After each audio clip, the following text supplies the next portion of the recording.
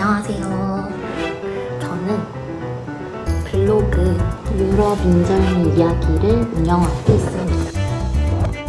너무 움직여서 책으로 그래가지고 이거 영상이 역시 재미가 있다. 일단 저를 모르시는 분들을 위해 간단하게 소개를 하자면, 먼저 이 영상을 찍는 이유는 예전에 저 아발론 학원이라고 영어학원 다녔었는데 외고 면접 준비한다고 면접 영상을 찍은 게 있는데 거의 10년 전인데 그게 엄청 재밌는 거예요. 이거 영상이 역시 생동감이 있고 나는 모르는 내 습관들 있잖아요. 나는 모르는 내 표정이나 평소 모습? 그거를 볼 수 있는 게 또 이렇게 자연스러운 모습을 영상에 담으면 볼 수 있지 않을까 해서 찍어보게 되었고, 그리고 요새 맨날 블로그에도 쓰고 그냥 제 머릿속에도 있는 게 아가리로만 하는 거 그만해야겠다. 예를 들면 다이어트 맨날 한다고 아가리어터 하잖아요. 아가리로만 다이어트 한다고 하고 다이어트 안 하는 사람들. 근데 이제 그거를 모든 영역에 적용을 해서 아가리로만 털지 않고 직접 행동으로 옮기는 생활을 하자고 마음을 먹었습니다. 해서 찍어보게 되었고, 제가 벌써 거의 한 달 반 전에 이렇게 질의응답 인절미라고 글을 올렸는데 아무도 댓글을 안 달아주실 줄 알았는데 11명, 무려 11명 이렇게 영세한 블로그이자 보잘것없는 소시민인 저에게 이렇게 관심을 가져주신 거에 감사함을 가지고 있고, 제가 한 명한테라도 긍정적인 영향을 준다면 그걸로도 되게 의미 있고 재미있는 경험이 될 것 같습니다. 첫 번째 질문으로는 면접 때 공백기 질문 어떻게 대답하냐, 그리고 낮은 학점 어떻게 대답하냐. 왜냐면 제가 공백 3년이 있고 그리고 학점도 3점 초반이라서 높지 않거든요.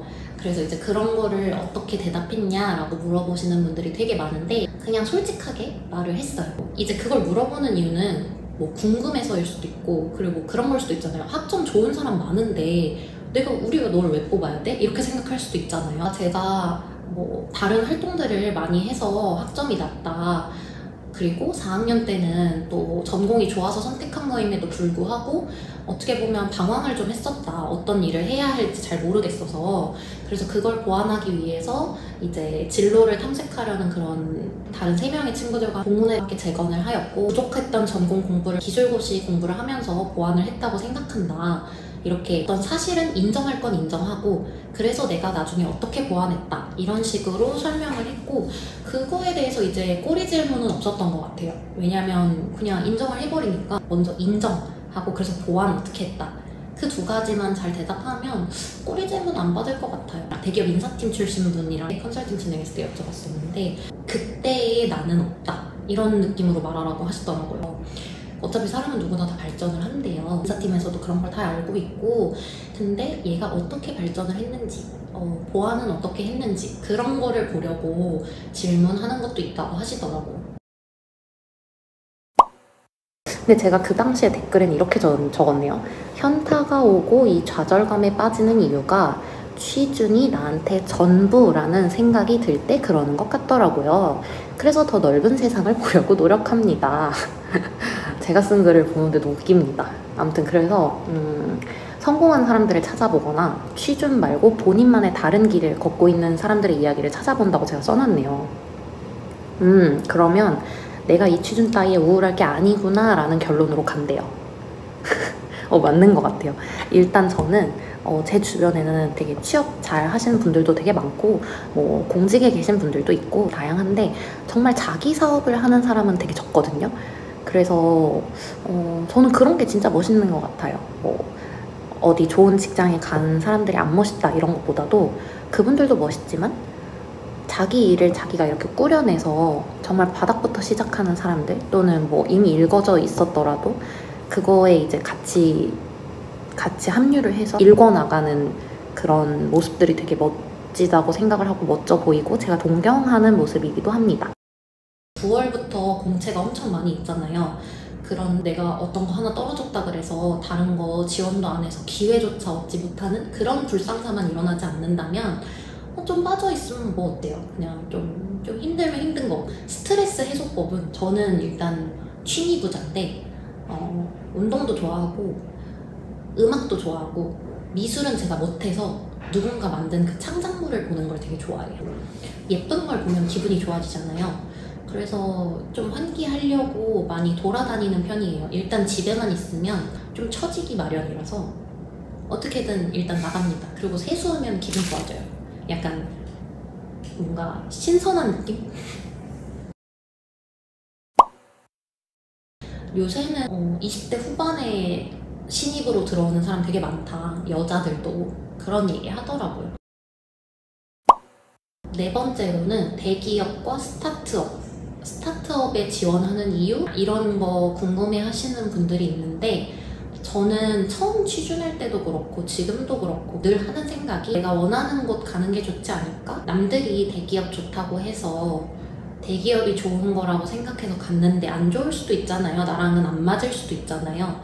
그래서 그냥 나랑 잘 맞는 데를 찾으면 되는 거지 그 기업의 형태가 대기업이든 스타트업이든 뭐 그 크기는 그렇게 중요하지 않다라는 생각을 했었고 어떤 대학생분께서 원하는 직무의 채용형 인턴이랑 정규직 입사 중에 어떤 선택을 할지 고민이라고 남겨주셨는데 저 같은 경우는 일단 이미 그런 상황이었잖아요. 근데 제가 이제 저는 도시공학과니까 뭐 건설사도 갈 수 있고 신탁사도 갈 수 있고 다른 어떤 유명한 시행사도 갈 수 있는 기회가 있는데도 그런 유통회사인 GS 리테일을 선택한 이유가 있었어요. 저는 상업시설 개발에 되게 관심이 있었고 그 업무를 할 수 있는 GS 리테일에 지원을 했던 거였고 채용형 인턴임에도 불구하고 그 선택에 대한 위험을 감수했던 이유는 한번 상상을 해봤었어요. 제가 만약에 정규직 입사인 건설사에 갔다면 어떨까? 건설사에 가면 후회를 할 것 같았어요. 이 내가 하고 싶었던 직무를 버리고 온 것에. 그래서 안 갔고 GS 리테일 인턴 하는 중에 그 졸업식 시즌이었는데 졸업식 갔다 와도 된다고 하셨었거든요. 그리고 그때 제가 대우건설 면접을 이제 최종 면접을 볼 그 카드가 있었어요. 근데 그냥 안 갔어요. 그냥 졸업식 간다 하고 그 대우건설 면접 갈 수도 있는 건데 안 갔어요. 안 간 이유는 여기 대우건설 된다고 해도 나는 상업시설 개발에 관심이 있어서 왔으니까 붙어도 안 갈 것 같다. 그래서 그냥 안 갔어요. 그리고 이게 제가 아빠랑도 했던 얘기가 말로만 하는 게 아니라 행동으로도 사람이 뭔가 말을 전달하는 느낌이 있잖아요. 그래서 내가 만약에 대우건설 면접을 가기로 결정을 해서 그걸 계속 막 그거에 대해서 뭐라고 대답하지 막 이런 거 생각하고 있으면 내가 GS 리테일에서 인턴 하면서도 마음이 다른 데 떠있는 게 분명 보일 거라는 생각을 이제 아빠랑 얘기를 했었고 실제로 제가 GS 리테일 가기 직전에 PT 스테이트 면접을 갔었는데 그때 제가 스스로 느꼈어요. 내가 이제 어디 건설사도 최종 합격 하나 됐고 GS 리테일 채용형 인턴도 하나 결정됐고 이러다 보니까 전만큼 되게 간절하지도 않고 어떻게 보면 그분들이 보기에는 건방지다 이렇게 생각하셨을 수도 있을 것 같아요. 간절한 애들이 많은데 굳이 쟤를 뽑아야 되나? 이런 생각을 하셨을 수도 있을 것 같고 그래서 제가 그걸 또 몸소 한번 느꼈기 때문에 내가 있기로 한 곳에서 최선을 다해야겠다라고 그렇게 결정을 내렸었습니다. 그래서 질문을 하신 분께도 저라면 원하는 직무 채용형 인턴 가겠다, 원하는 직무 선택하겠다라고 말씀을 드렸어요. 근데 이제 만약에 뭐 개인적인 상황에 따라서 빨리 취업을 해야 된다, 그럼 당연히 정규직 입사고 근데 저는 사실 그런 생각이거든요. 그냥 우리 이렇게 사지 멀쩡하고 20대고 뭐 30대여도 그냥 사지 멀쩡한 이 청년들이 어디 가서 밥 굶겠나? 요새는 알바도 시급 높은데 그냥 어떻게든 나 하나 먹여 살리는 건 전혀 문제가 안 된다고 생각을 하거든요. 그냥 안 움직일 뿐이지. 그래서 원하는 직무 채용형 인턴 저 지금 전환 안 돼서 다시 취준하고 있잖아요. 솔직히 귀찮죠. 취준하는 거 귀찮고 막 어떨 때는 그냥 안 하고 싶다. 귀찮고 힘들어. 이렇게 생각이 들 때도 있는데 저는 그렇게 귀찮고 힘든 거를 매번 안 하려고 하면 발전이 없다고 생각을 합니다. 그래서 지금 사실 이 영상 찍는 것도 막 하나씩 보면서 편집하는 거 되게 귀찮을 거거든요. 근데 또 새로운 시도고 여기서 또 뭐 아무 일이 없을 수도 있지만 또 새로운 재미를 볼 수도 있기 때문에 새로운 기회가 생길 수도 있고 그래서 합니다.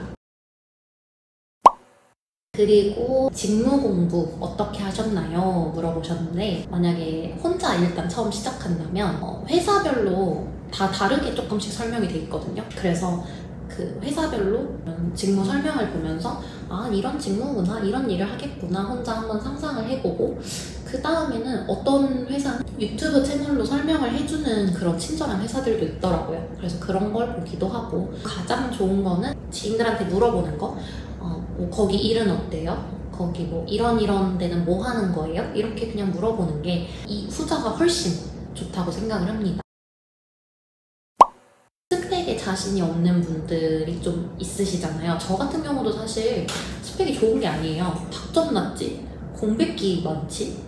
근데 너 왜 뽑아야 돼? 이런 생각이 들 수 있잖아요, 회사에서. 학교 그냥 한양대, 공대? 그 정도? 그것도 뭐 엄청 높은 학교도 아니고. 근데 이제 어떤 분들께서는 자기 스펙이 이러한데 이거 어떻게 생각하냐? 제가 뭘 보완해야 될까요? 이렇게 물어보시더라고요. 저는 개인적으로 이거 진짜 알 수 없는 거라고 생각을 해요. 제가 일단 GS3K 했을 때 기사 자격증 없는 분들도 되게 많았고 뭐 다른 자격증 없는 분들도 많았어요. 그냥 인사팀의 입장, 내가 회사에서 사람을 뽑는 입장이라고 생각하면 막 사실 신입한테 엄청 뛰어난 역량을 기대하진 않을 것 같아요. 실제로 다들 그렇게 말씀하시고 그 사람의 과거를 통해서 그 사람의 앞으로를 추측해 볼 수 있으니까 학점이 좋은 거를 좀 선호한다는 거는 그 사람이 성실하다는 거의 반증이니까 그렇다고 생각을 하거든요. 그리고 제가 요새 드는 생각은 스펙에 대한 게 점점 옅어진다 라는 생각이 들었어요. 예전에도 그랬으려나? 아무튼 학벌이 엄청 다양해요. 그래서 뭐 본인의 학벌이 좋지 않다고 해서 너무 막 그렇게 걱정하실 필요는 없을 것 같고 만약에 서류가 자꾸 통과가 안 되면 스펙의 문제일 수도 있지만 진짜 자소서의 문제일 수도 있다는 생각을 해요.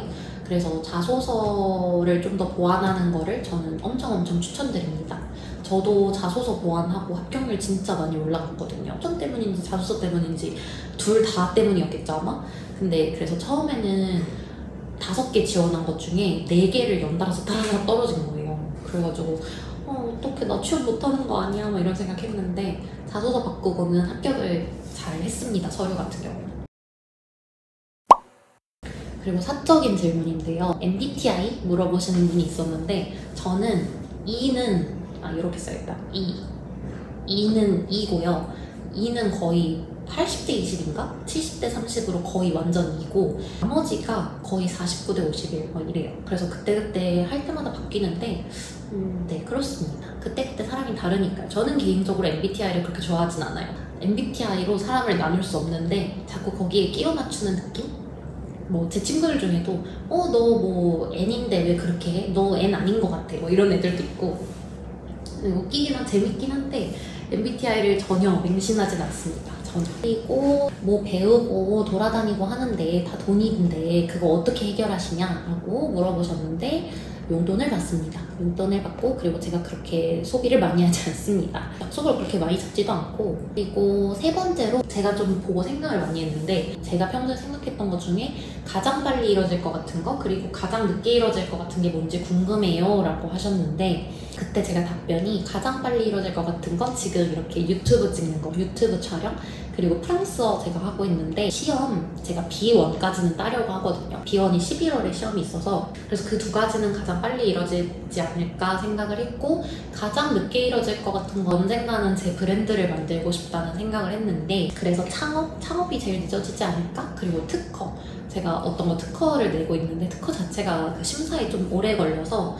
그 2가지가 가장 늦어질 것 같다라는 말씀을 드렸었어요. 그리고 요새 그냥 개인적으로 드는 생각은 진짜 나 10년 뒤에 어떤 모습일까? 이거를 좀 더 구체적으로 그려보고 싶어요. 그린다고 되는 건 아니지만 그래도 그렇게 그려놓으면 그 방향에 맞춰서 조금 가게 되니까 그리고 올해 안에는 다시 일을 시작하고 싶고 커리어를 시작하고 싶어요. 이제 진짜로 뭔가 어디서 좀 진득히 다녀보고 싶고 한 최소 3년은 다녀보면 그 업무에 대해서 좀 알 수 있지 않을까라는 생각을 하고 그래서 더 원하는 직무를 하고 싶다는 생각을 하기도 했어요. 왜냐면 하루 24시간 중에 8시간 자고 8시간 일하는 거고 뭐 나머지 자유시간이라고 했을 때 그 하루에 3분의 1을 보내는데 내가 진짜 너무 싫은 곳에서 할 수는 없잖아요. 또 그래도 내가 관심을 가지고 있는 분야에서 일을 하는 게 중요하다는 생각을 했고, 네, 그렇습니다. 간단하네요. 벌써 끝났네. 앞으로 제가 또 이 영상을 찍을진 모르겠지만 궁금하신 게 있다면 또 질문을 여기 댓글로 받아보겠습니다. 이게 블로그는 사람들이 공개 댓글로는 질문을 잘 안 하더라고요. 똑같은 질문이 달리기 전에 궁금증을 더 빠르게 해소할 수 있지 않을까, 그런 생각을 해봅니다. 저의 앞으로는 일단 내일은 스타트업 월요일에 면접 봤었는데 그거 2차 면접을 보러 가요. 그리고 학원 선생님으로 지금 재직 중입니다. 중학교 3학년과 고등학교 1학년 수학을 가르치고 있고, 코로나여서 면접이 다 온라인이었거든요. 근데 대방건설에서 처음으로 첫 대면 면접이었어요. 그래서 너무 떨렸던 거예요. 원래 제가 어디서 떠는 스타일도 아니고, 저 세터 때 막 공대생 저희 한 2,000명 조금 안 되나? 2,000명 되나? 아무튼 그 무대에서 막 노래도 부르고 춤도 추고 이랬었는데, 그런 저도 엄청 떨리더라고요. 그래서 막 대방건설 때는 목소리가 엄청 양처럼 떨려가지고 근데 왜 이렇게 오늘 목소리가 떨리지? 근데 아무튼 더 말해볼게요 막 이러면서 목소리 떨리는데도 엄청 그래도 끝까지 말했어요. 그래서 막 그게 엄청 추억인데, 같이 면접 봤던 분들하고 아직도 가끔 연락을 하는데 그분들이 이제 막 그때 진짜 정민님 손이라도 잡아주고 싶었다, 우는 거 아닌가 걱정했다, 목소리가 왜 이렇게 떨린 거냐, 대방건설이 그렇게 가고 싶었냐 막 이러더라고요. 근데 이제 뭐 너무 가고 싶어서 뭐 이런 거라기보다도 사실 너무 가고 싶은 기업이 잘 있을 수가 있나? 아무튼 그래서 뭐 그런 것보다도 그냥 첫 대면 면접이고 그냥 너무 떨렸던 것 같아요. 찐 신입에게서만 볼 수 있는 그런 분기였지 않나. 근데 그게 좋게 보였나 봐요. 그때 그래서 좋은 결과가 있어요.